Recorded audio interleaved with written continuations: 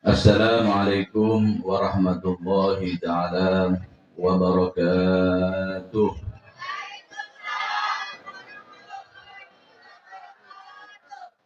Alhamdulillah, alhamdulillahi rabbil alamin, hamdan katsiran tayyiban mubarakan fi, hamdan yuwafi ni'amahu wa yukafi'u mazidah. أشهد أن لا إله إلا الله وحده لا شريك له وأشهد أن سيدنا وعظيمنا ومولانا محمدا عبده ورسوله لا نبي بعده. اللهم صل وسلم وبارك وكرم وعظم على سيدنا مولانا محمد وعلى آله وصحبه ومن سار على دربه إلى يوم الدين.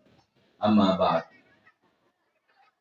Alhamdulillah, segala syukur kita haturkan kepada Allah Subhanahu wa ta'ala, yang mana pada pagi yang penuh keberkahan dalam naungan rumah Allah Subhanahu wa ta'ala, Masjid Al-Hidayah, kita semuanya melaksanakan satu kegiatan yang sangat mulia, yaitu berkaitan dengan peringatan Isra dan Mi'rajnya Nabi kita Muhammad sallallahu alaihi wasallam. Dan alhamdulillah acara ini insyaallah dapat terselesaikan dengan baik, sehingga kita semuanya mendapatkan manfaat yang melimpah dunia dan akhirat. Amin ya rabbal alamin. Alhamdulillah, hadir bersama kita para guru, para orang-orang tua, tokoh masyarakat yang tadi menyampaikan sambutan yang kita muliakan, Dr. Haji Nur Kamali. Insya Allah, Allah berikan kesempurnaan kesehatan kepada beliau dan kepada segenap jajaran DKM Masjid Al-Hidayah dan semua yang terlibat berpartisipasi dalam acara yang mulia ini semuanya. Insya Allah, apapun yang kita lakukan, semuanya itu bernilai besar di sisi Allah Subhanahu wa ta'ala dan akan kita dapatkan manfaatnya di dunia sebelum akhirat. Amin ya rabbal alamin. Alhamdulillah, acara ini alhamdulillah dihadiri komplit ini. Bapak-bapaknya, ibu-ibunya, pemudanya, ya, anak-anaknya semuanya. Nah, ini menunjukkan kepada kita satu bentuk kolaborasi yang mulia. Insya Allah manfaatnya akan dapat kita rasakan. Yang pertama, acara ini adalah bentuk silaturahmi bersama. Silaturahmi di dalam Islam.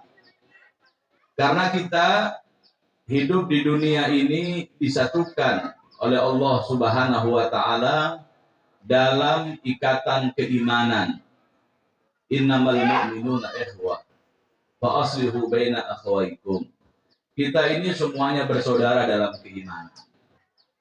Dan memperbaiki nilai persaudaraan itu tentunya yang pertama adalah meningkatkan kualitas ilmu.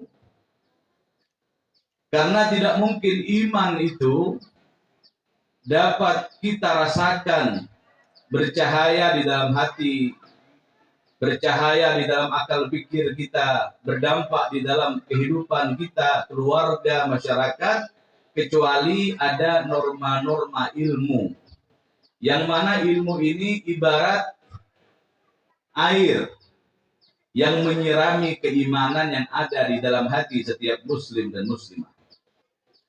Oleh karena itu, sebelum kita menjelaskan tentang hikmah utama daripada Isra dan Mi'rajnya Nabi kita Muhammad SAW, perlu kita sadari dan perlu kita syukuri, hadirin, bahwasannya kita ini menjadi umat Nabi kita Muhammad SAW adalah hadiah terbesar daripada Allah Subhanahu wa Ta'ala. Kita menjadi Muslim, alhamdulillah, kita hidup di lingkungan orang Islam. Orang kita muslimin, orang-orang tua kita muslimat, kita hidup di kalangan orang-orang beriman kepada Allah Subhanahu wa Ta'ala. Kita tidak masuk di dalam agama Islam dengan susah payah, dengan mencari kebenaran, dengan membedah buku, dengan berdialog, ya tidak. Kita ini mendapatkan keislaman, keimanan ibarat pohon dari tunas yang mulia. Ini kita wajib menjaga. Kita wajib menjaga kualitas keimanan, keislaman kita sebagaimana pesan Allah Subhanahu wa Ta'ala, ya ayyuhalladzina amanu taqullaha haqqa tuqatih wa la tamutunna illa wa antum muslimun. Wahai orang-orang yang beriman, kalian yang sudah Allah berikan keimanan, tingkatkan kualitas iman dengan ketakwaan. Bertakwalah kalian semua kepada Allah Subhanahu wa Ta'ala, menjalankan perintah Allah sebaik-baiknya dan menjauhkan diri kita dari maksiat sejauh-jauhnya. Semua dosa tinggalkan, jangan ditawar. Semua dosa harus kita jauhkan daripada diri kita sejauh-jauhnya. Mau itu dosa tangan, mau itu dosa kaki melangkah ke tempat yang tidak baik, mau itu dosa melihat kepada yang diharamkan, mendengar yang diharamkan, berpikir yang tidak baik. Refleksikan diri kita setiap hari untuk senantiasa mendekat kepada Allah Subhanahu wa Ta'ala. Jika kualitas keimanan kita terjaga, yang menjaga kita. Wala tamutunna illa wa antum muslimun. Jangan sekali-kali kalian wafat, mati, kecuali membawa iman. Al-Imam Al-Habib Abdullah Al-Haddad di dalam kitabnya menjelaskan bagaimana ayat ini memerintahkan kita jangan wafat kecuali membawa iman, sementara mati itu ajal di tangan Tuhan, bukan di tangan kita. Kita nggak tahu kapan ajal menjemput kita. Artinya kawal keimananmu dengan senantiasa berbuat baik. Sampai kapan datang ajalmu, dimanapun, dalam kondisi apapun, pasti Allah akan berikan penutup umur yang paling indah. Bisa wafat di Mekah, bisa wafat di Madinah, bisa wafat ketika sujud, bisa wafat ketika baca Al-Quran. Itu artinya kita mengawal diri kita sehingga datang panggilan ilahi, undangan Allah Subhanahu wa Ta'ala, kita dalam keadaan yang sempurna. Amin ya rabbal alamin. Rasulullah Shallallahu Alaihi Wasallam datang sebagai nabi yang terakhir, rasul yang terakhir. Sudah tidak ada lagi nabi ditunggu setelah nabi kita Muhammad. Selesai sudah, final. Risalah langit selesai. Kitab-kitab suci terakhir Al-Quran. Tidak ada di belakang umat Islam kecuali hari kiamat. Kita menjadi umat yang terakhir, kita menjadi umat yang paling mulia. Kuntum khaira ummatin ukhrijat linnas. Kita sebaik-baik umat yang tampil di hadapan manusia semuanya. Karena Nabi kita memiliki dua misi yang mulia. Yang pertama, beliau adalah rahmatan lil alamin. Dan yang kedua, risalah beliau kafatan linnas. Risalah Nabi ini universal umum. Jadi agama Rasulullah walaupun sudah kita ditinggalkan oleh beliau hampir 1500 tahun, tetapi agama beliau masih luar biasa. Sekarang sudah 2 miliar pengikutnya. Dan akan terus bertambah. Sampai datang urusan nanti yang datang daripada Allah Subhanahu wa Ta'ala. agama ini akan ditutup dengan khilafah Rashidah, akan ditutup dengan turunnya Nabi Isa, akan ditutup dengan turunnya Imam Mahdi, kemudian setelah itu terjadilah hari kiamat.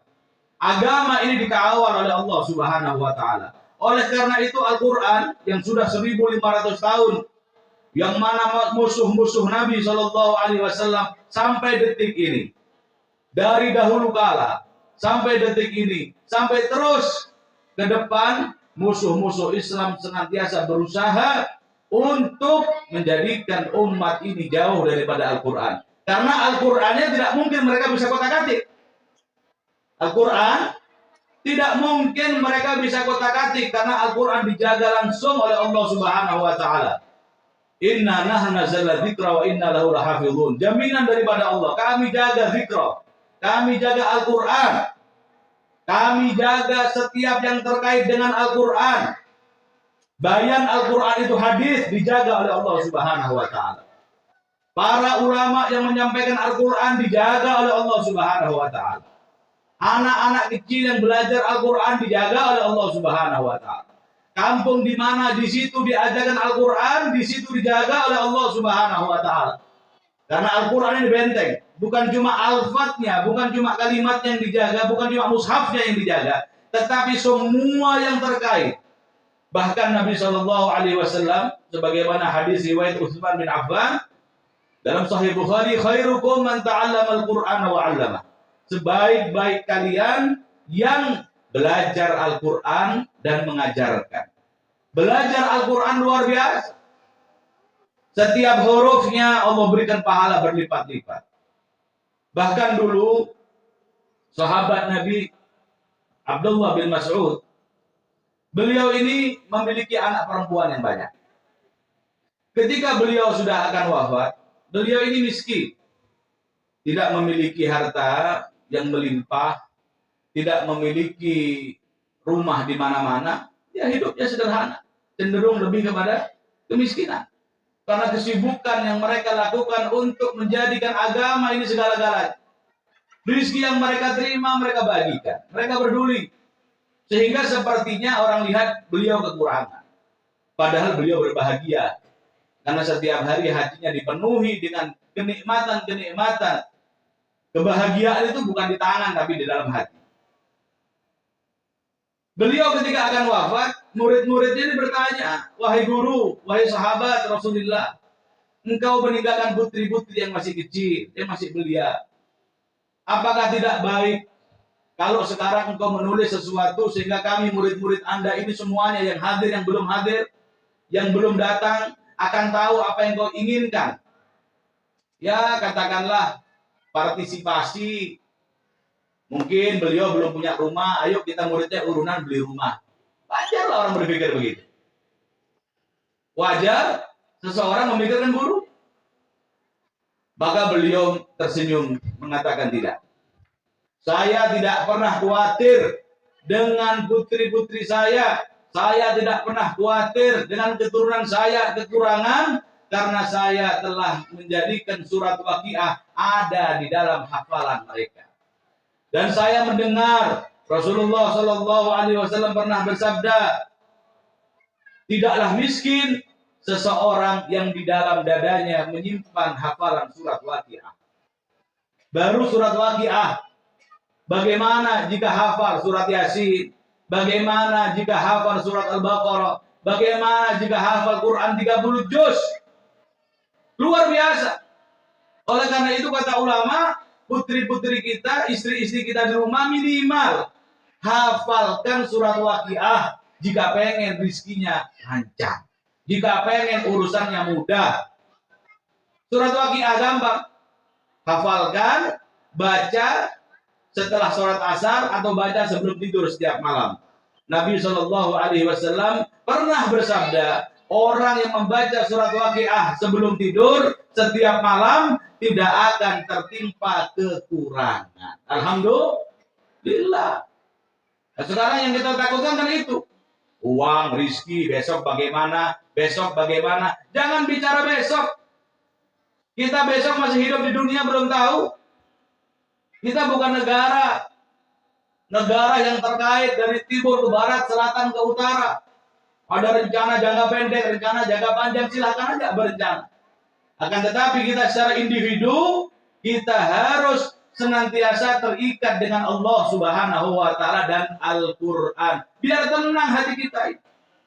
Kita di zaman sekarang ini disuguhkan dengan tontonan, dengan informasi yang membuat kita khawatir bagaimana menghadapi hari esok.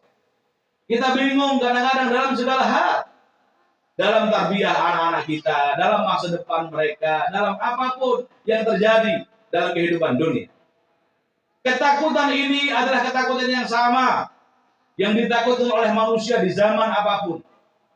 Karena mereka manusia itu hanya punya hari kemarin, punya hari sekarang. Kita ini, Pak, Bu, mengerti hari kemarin. Apa yang kita dapatkan, apa yang kita terima, kerugian kita, kekurangan kita, yang kemarin udah lewat. Bisa kita lewati itu semua sampai detik ini kita berada. Alhamdulillah.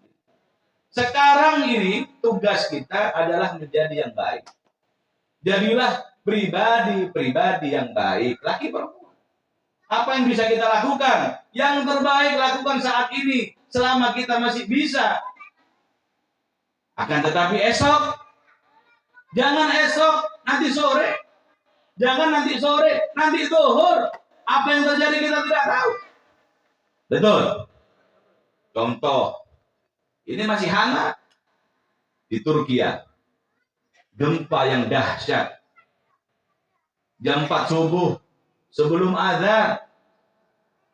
Mereka yang terlelap tidur, mereka yang tidak berpikiran kemana. Kafe udah pada tutup itu. Paling malam jam 12. Bukan dibilang kafe pada buka, masih pada di luar. Kosong itu jalanan. Semua tempat sunyi. Jam 4 malam datang gempa yang tidak bisa diprediksi, hanya 1 menit dengan 7,5 skala Richter. Ini pelajaran. Allah Subhanahu wa Ta'ala berfirman di dalam Al-Quran, wa man yursil bil ayati la takhwifa. Kami turunkan itu musibah di satu titik, di titik yang lain terselamatkan, supaya yang selamat mengambil pelajaran. Manusia yang canggih di zaman ini, jika mereka berkumpul semua untuk menolak gempa di satu titik, nggak bisa. Paling bisa mereka merencanakan bangunan supaya anti gempa. Itu Jepang negara kaya, Turki negara kaya, hampir luluh lantak. Hanya dalam waktu 1 menit, dan itu masih terus. Sekarang ini gempa-gempa susulan, dan besok yang terjadi apa kita tidak tahu. Terkubur semuanya, hilang semua. Data mereka pun nggak bisa lagi dilihat siapa mereka. Orang yang wafat dalam gempa itu luar biasa. Jasad mereka sudah hancur, tidak bisa diidentifikasi, sudah tembus 50 ribuan kira-kira. Ini pelajaran bagi kita bahwa dunia ini sebentar, sekejap, ibarat mimpi. Jangan terlalu takut dengan dunia, takutlah kepada Allah. Takutlah kepada Allah Subhanahu wa Ta'ala. Inilah pelajaran pertama yang diajarkan oleh Nabi Shallallahu Alaihi Wasallam, pertahanan yang beliau tanamkan di dalam dirinya. Bertahannya Nabi dalam segala medan yang sangat sulit, membawa agama Allah, akhirnya berbuah keindahan ketika Nabi diundang oleh Allah Subhanahu wa Ta'ala dalam kejadian Isra dan Mi'raj. Kita mundur ke belakang. Rasulullah itu adalah putra terbaik kota Mekah.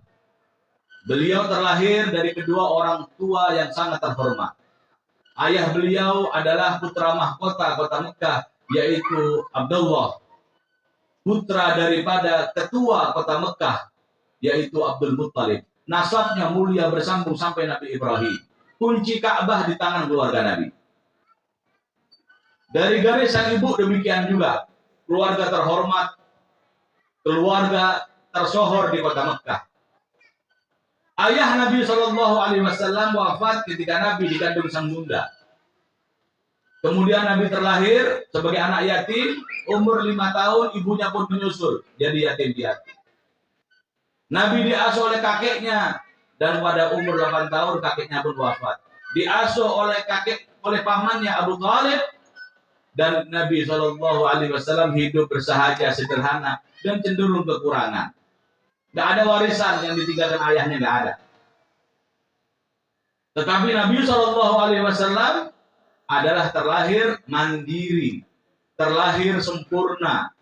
Kehidupan Nabi Shallallahu Alaihi Wasallam sebagai pendidikan langsung daripada Allah Subhanahu Wa Taala, supaya Nabi itu yugafih, Nabi itu bergelut dengan dunia.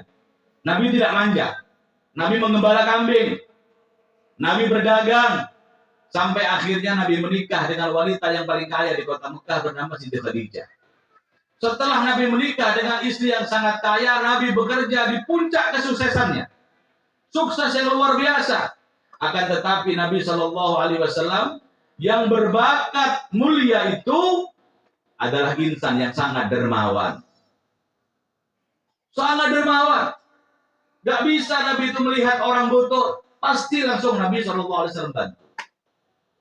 Luar biasa Rasulullah.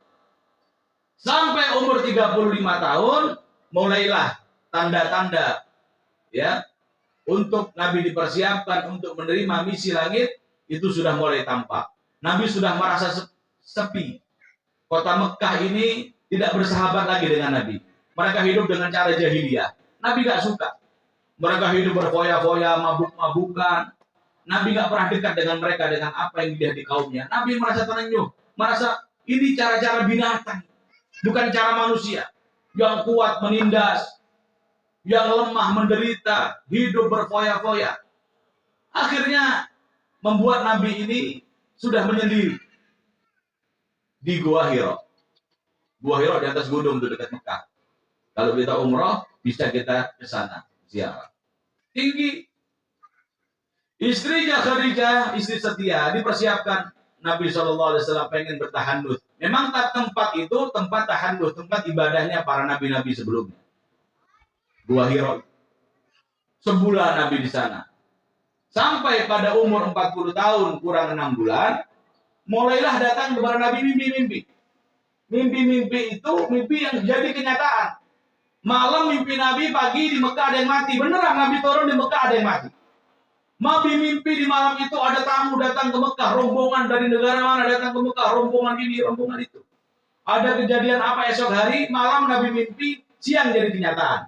Itu namanya irhasat, tanda-tanda dekatnya wahyu ilahi yang sudah akan disampaikan kepada sang Nabi. Pada umur 40 tahun persis, pada malam Jumat, pada bulan Ramadan, Nabi Shallallahu Alaihi Wasallam ketika seorang diri di Gua Hira di tengah malam di atas gunung seorang diri, tiba-tiba datang malaikat Jibril membawa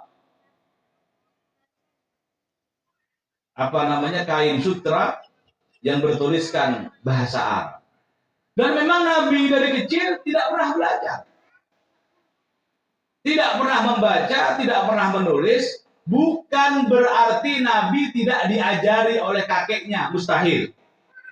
Ini supaya kita tahu, Nabi itu sifatnya ummi, tidak bisa membaca, tidak bisa menulis. Karena sejak kecil Allah alihkan. Setiap kakeknya mengambil guru, ada saja halangannya.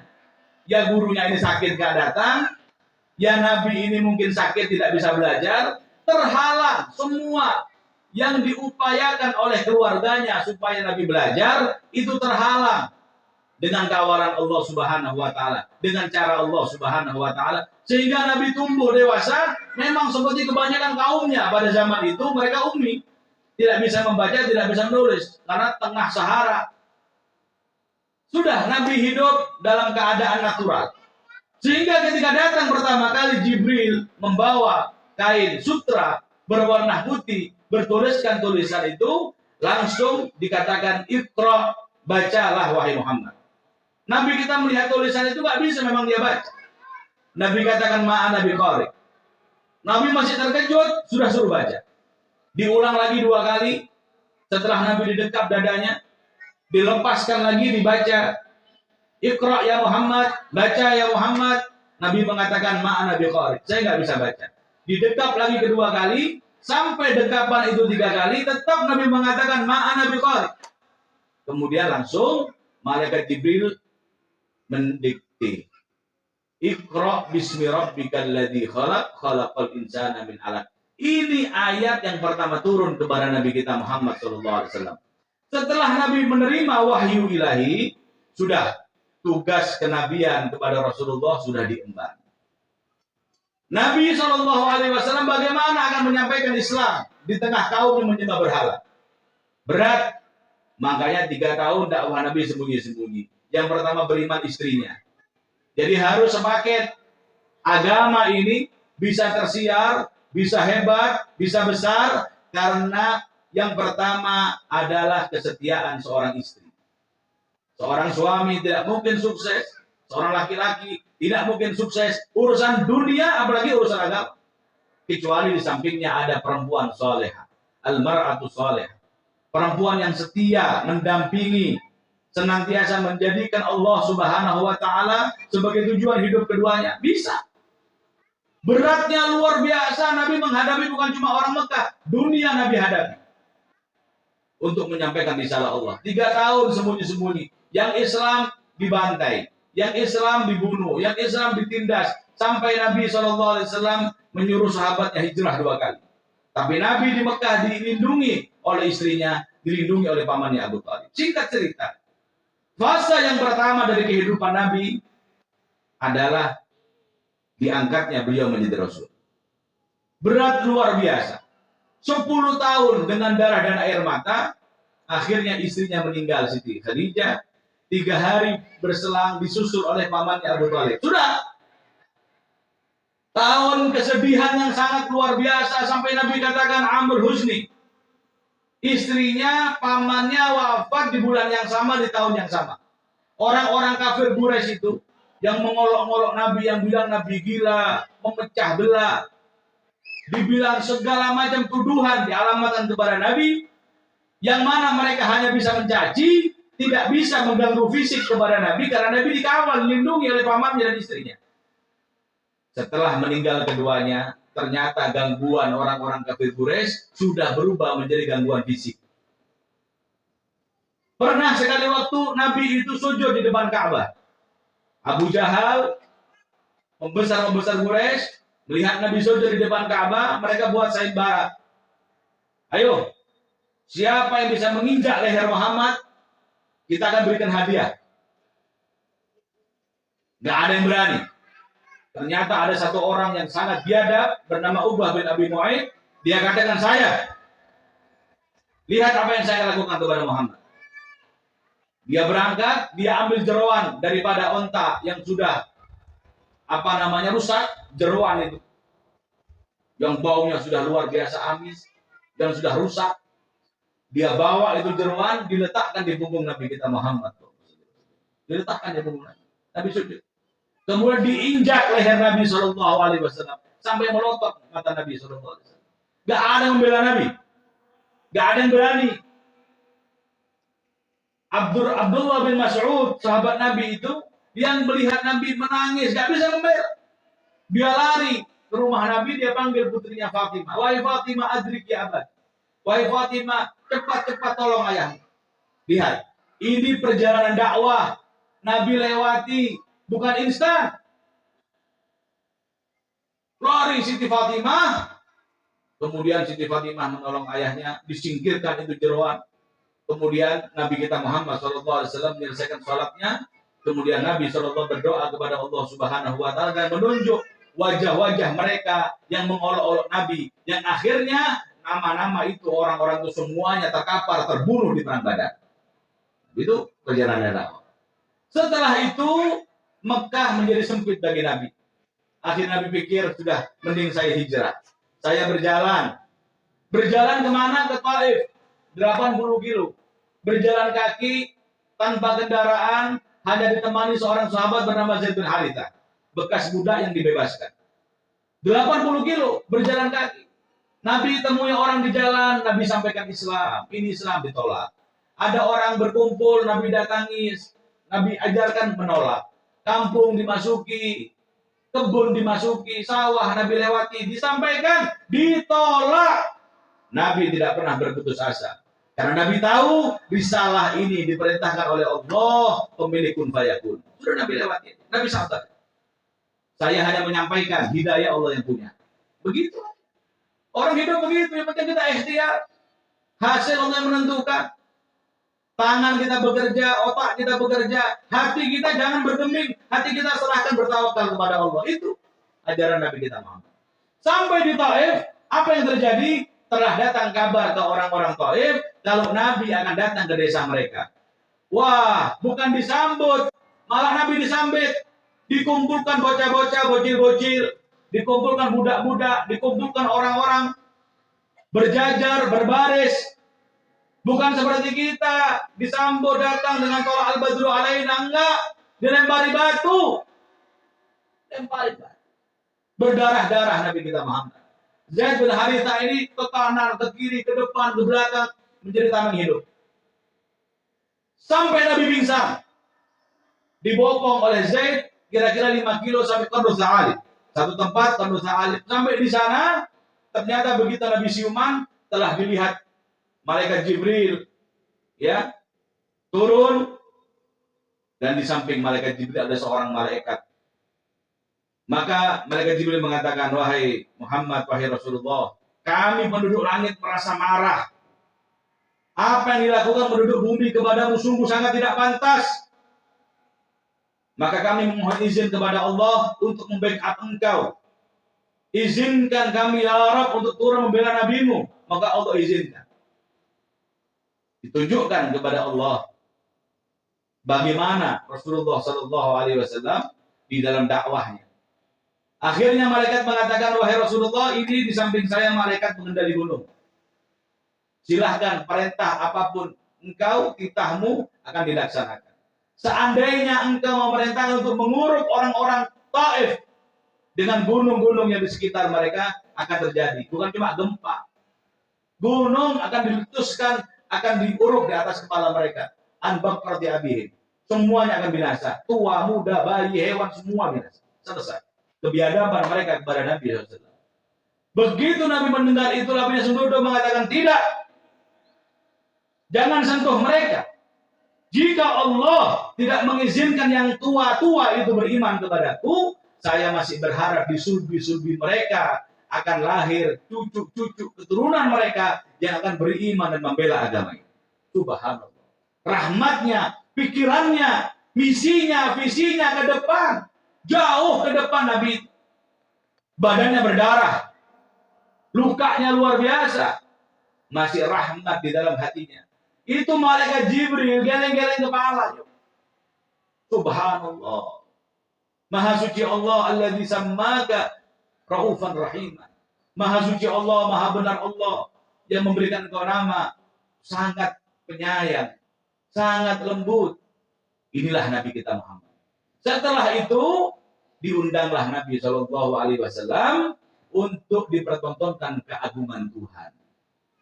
Jadi Nabi Shallallahu Alaihi Wasallam ini mendapatkan hiburan daripada Allah dan sekaligus untuk menyaksikan kebesaran Allah Subhanahu Wa Taala. Ini manusia semuanya memusuhimu, semuanya membencimu. Itu tangan mereka, kaki mereka, pikiran mereka, hidup mereka di genggaman tangan Allah Subhanahu Wa Taala. Allah bisa membolak-balik hati mereka. Akhirnya Nabi diundang. Inilah daripada perjalanan Isra dan Mi'rajnya Nabi kita Muhammad sallallahu alaihi wasallam. Hadirin hadirat rahimakumullah, memang ada orang yang mengatakan bahwasannya Isra dan Mi'raj ini bentuk hiburan.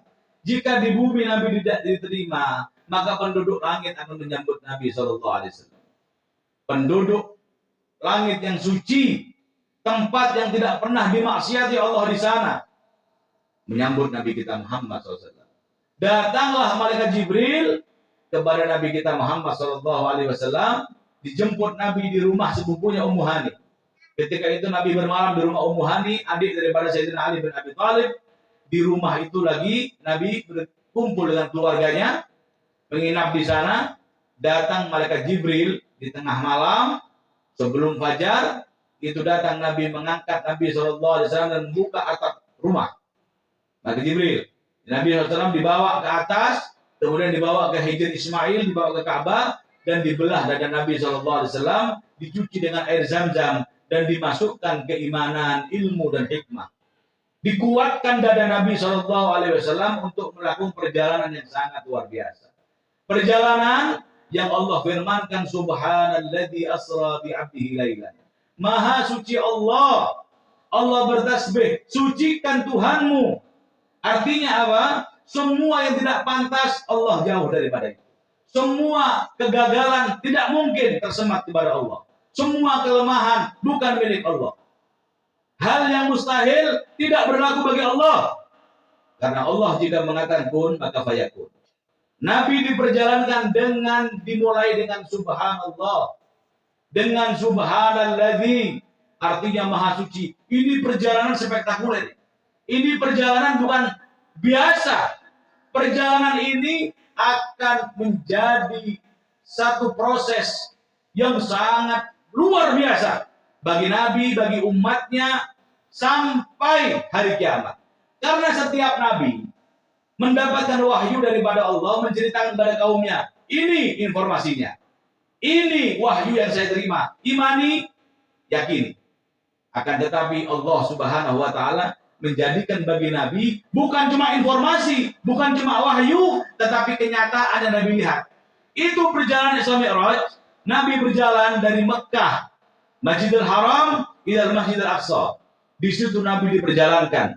Di situ Nabi bertemu dengan hal-hal gaib. Nabi melihat. Sampai di Masjidil Aqsa, Nabi sholat menjadi imam bagi seluruh para Nabi dan Rasul. Menunjukkan kemuliaannya dan risalahnya yang akan langgeng sampai akhir zaman. Dan kemudian Nabi di-mi'rajkan ke langit. Lihat, langit yang pertama bertemu Nabi Adam, langit yang kedua bertemu Nabi Isa dan Yahya, langit yang ketiga bertemu dengan Nabi Idris, langit ketiga bertemu dengan Nabi Yusuf, langit keempat bertemu Nabi Idris, kelima dengan Nabi Harun, keenam dengan Nabi Musa, ketujuh dengan Nabi Ibrahim. Kemudian Nabi masuk ke dalam surga. Surga yang Nabi ceritakan bagi umatnya, Nabi lihat sendiri. Nabi masuk ke dalam surga dan Nabi dilihatkan neraka oleh Allah Subhanahu wa Ta'ala. Jadi risalah Nabi ini muktamalah. Risalah Nabi ini luar biasa sempurna, satu paket. Wahyu Nabi terima dan Nabi sendiri melihat daripada keagungan Tuhan. Setelah ciptaan Allah yang luar biasa Nabi saksikan, dimi'rajkan lagi Nabi setelah langit yang ketujuh ke atas ke Sidratul Muntaha. Setelah itu malaikat Jibril berhenti di sana. Nabi dimi'rajkan lagi sampai ke Mustawa. Sampai di Mustawa, di tempat yang sangat tinggi, di tempat yang sangat suci. Di tempat itulah Nabi SAW dibukakan hijabnya dan sampai bertemu dengan Allah Subhanahu wa Ta'ala dalam alam yang maha suci. Bertemu dengan Allah, bertemu dengan Sang Khalik.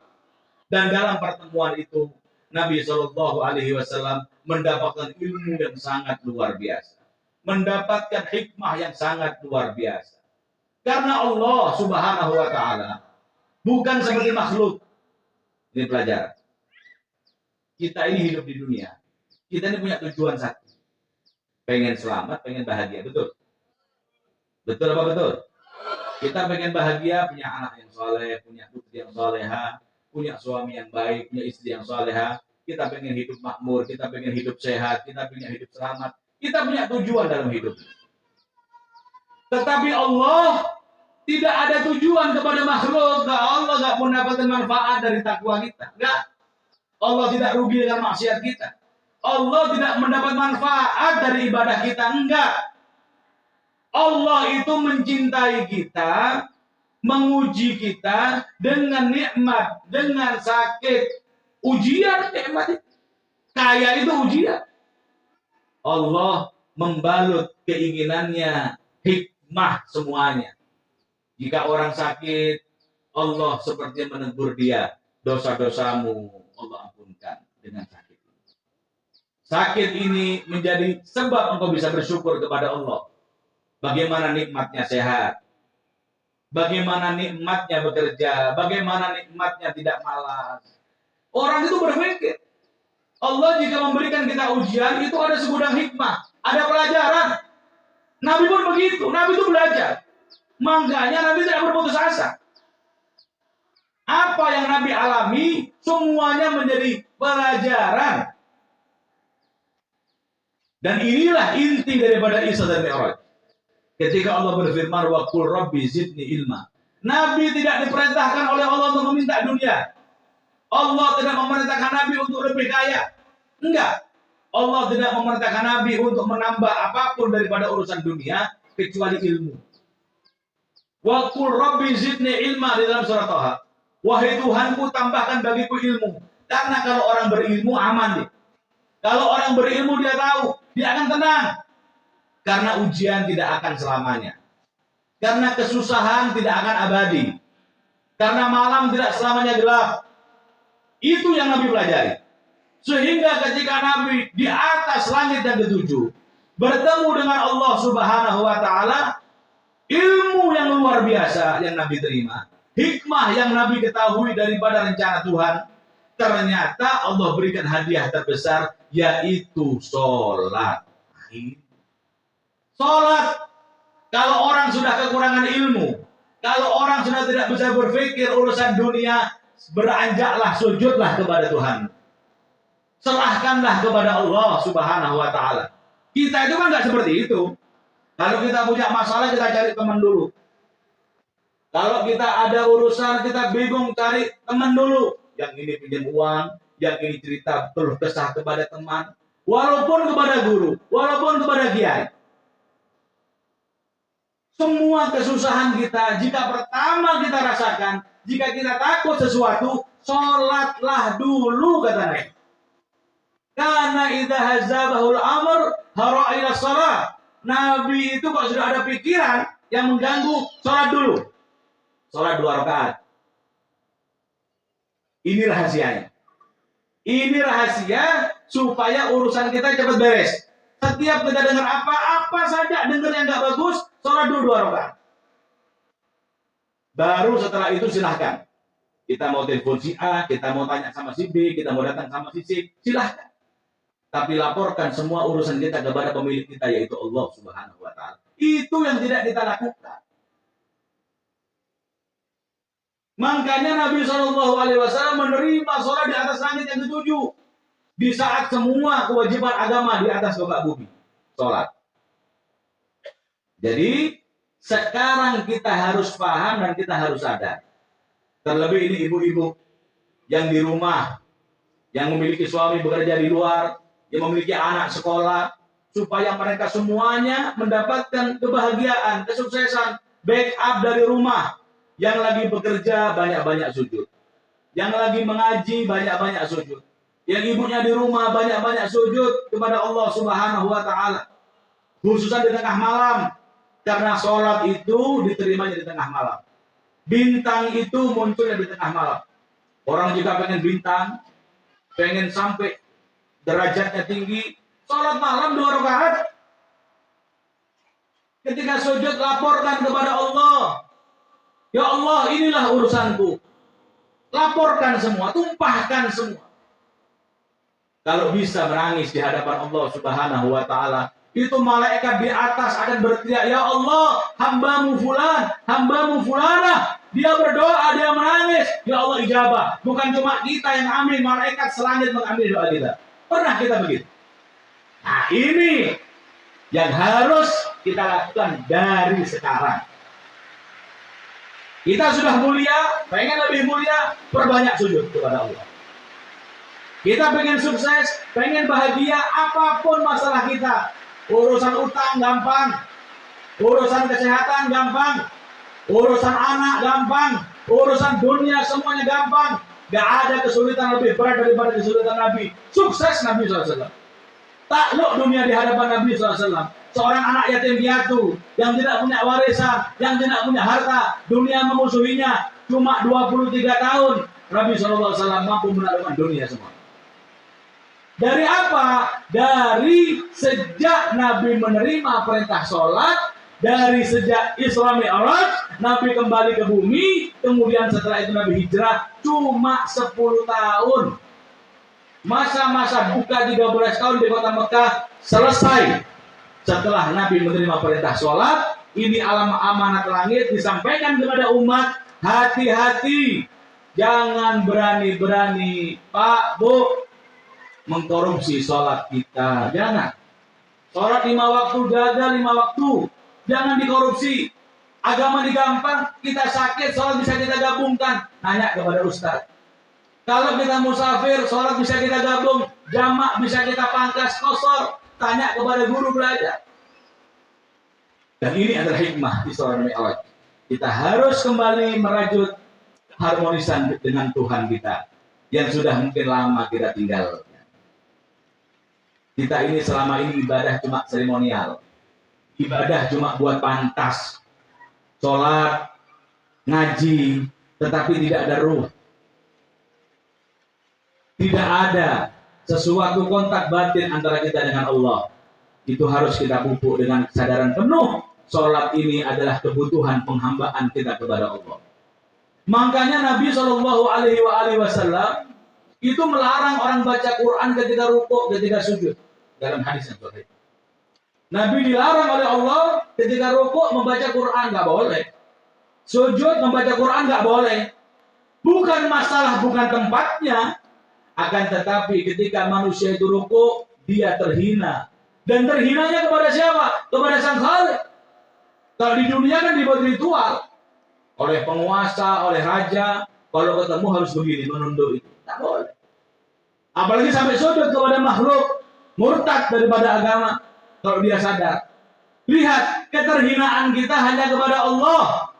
Rukuk kita, sujud kita kepada Allah. Dan Al-Quran itu asyraful kalam. Al-Quran itu sebagai lisan Allah yang menjadikan tegak semua yang jatuh di atas dunia ini. Semua keruntuhan di dunia ini, moral semua itu bisa sembuh, bisa baik hanya dengan nilai-nilai Al-Quran. Gak boleh Al-Quran itu dijatuhkan. Gak boleh Al-Quran itu dihinakan walaupun orang itu rukuk dan sujud sekalipun. Al-Quran dalam ilahi. Ini yang terjadi. Ketika kita rukuk, kata Nabi Shallallahu Alaihi Wasallam, fa'adzimu fihi Rabb, ta'zimkan Tuhanmu subhana rabbiyal azim. Tuhan yang maha agung. Ketika kita sujud, subhana rabbiyal a'la. Tuhan yang maha tinggi. Ketika sujud, maha suci Allah yang maha tinggi. Karena kita ketika kita sujud di tempat yang paling rendah, jidat kita menyentuh bumi, kita agungkan Allah yang paling tinggi derajatnya, paling tinggi kemampuannya, yang tidak mungkin ada satu apapun yang menghalangi kuasa Tuhan kepada kita dan keluarga kita atau kepada dunia seisinya. Oleh karena itu gampang agama ini, gampang hidup ini. Yang menjadi susah itu karena kita berkecamuk dengan dosa, kita berkecamuk dengan keinginan-keinginan, sementara kita jauh dengan Allah, ditegur terus oleh Allah. Kapan kita sadar sakit?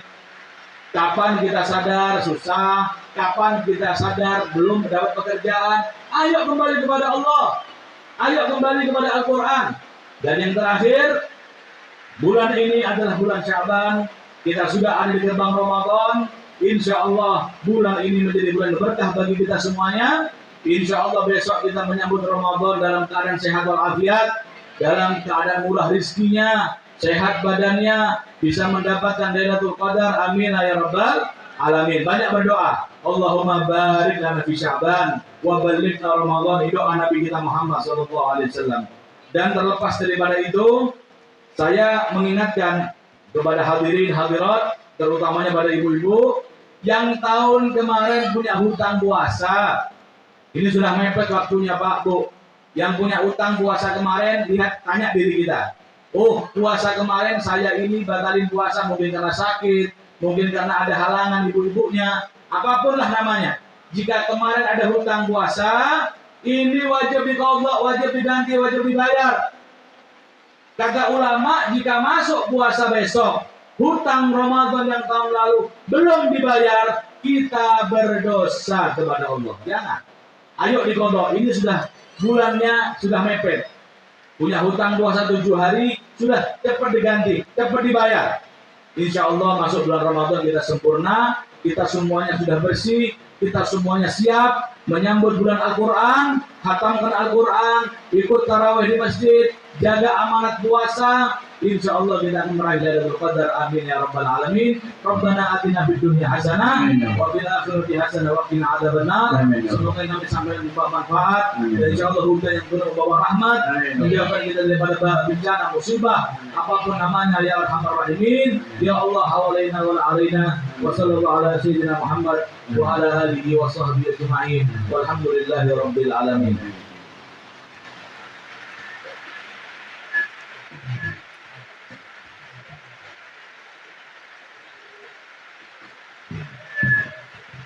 Mohon maaf Habib, mohon kiranya untuk berduduk dengan doa untuk penanya pada siang hari ini dengan menghadap pertanyaan.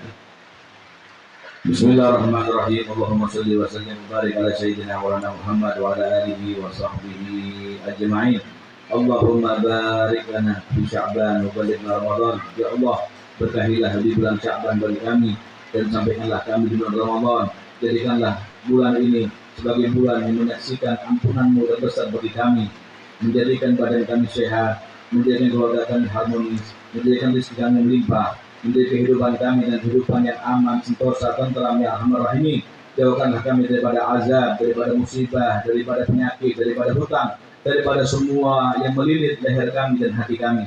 Allahumma ya arhamar rahimin, mudahkanlah semua urusan kami, berkahilah umur kami, jadikanlah kami hamba-hamba yang taat, berikanlah kami rezeki yang melimpah, anak-anak soleh, putri-putri yang soleha, istri-istri yang menjadi pengawal hidup kami, teman hidup kami, yang senantiasa kami Engkau berikan kelimpahan daripada rezeki-Mu yang zahir, yang batin, dan izinkanlah kami untuk sampai ke rumah-Mu yang suci, ke tanah suci Mekah, berziarah kepada Nabi Muhammad SAW, dan izinkanlah bagi kami ya Allah untuk menyaksikan keajaiban daripada kudrat-Mu kepada diri kami, keluarga kami, kepada bangsa kami. Ya Arhamar Rahimin, berikanlah hidayah kepada kami, berikanlah hidayah-Mu kepada kami, berikanlah hidayah-Mu kepada kami semuanya, sehingga kami semuanya dapat menjadi hamba-hamba yang Kau pilih, hamba-hamba yang Kau cintai, yang Kau tidak tolak doa-doa kami, Engkau mudahkan urusan-urusan kami, Engkau mudahkan semua hajat-hajat kami, langkah-langkah kami, usaha-usaha kami, mudahkanlah, murahkanlah, limpahkanlah, luaskanlah semua rahmat-Mu yang Kau berikan kepada para nabi-Mu, kepada para kekasih-Mu, kepada kami dan keluarga kami, kepada mereka yang kami cintai, tetangga-tetangga kami, kepada bangsa kami. Rabbana hab lana min azwajina wa dhurriyyatina qurrata a'yun waj'alna lil muttaqina imama. Wa sallallahu ala sayyidina Muhammad nabiyil ummi wa ala alihi wa sahbihi wasallam. Walhamdulillahi rabbil alamin. Al-Fatihah.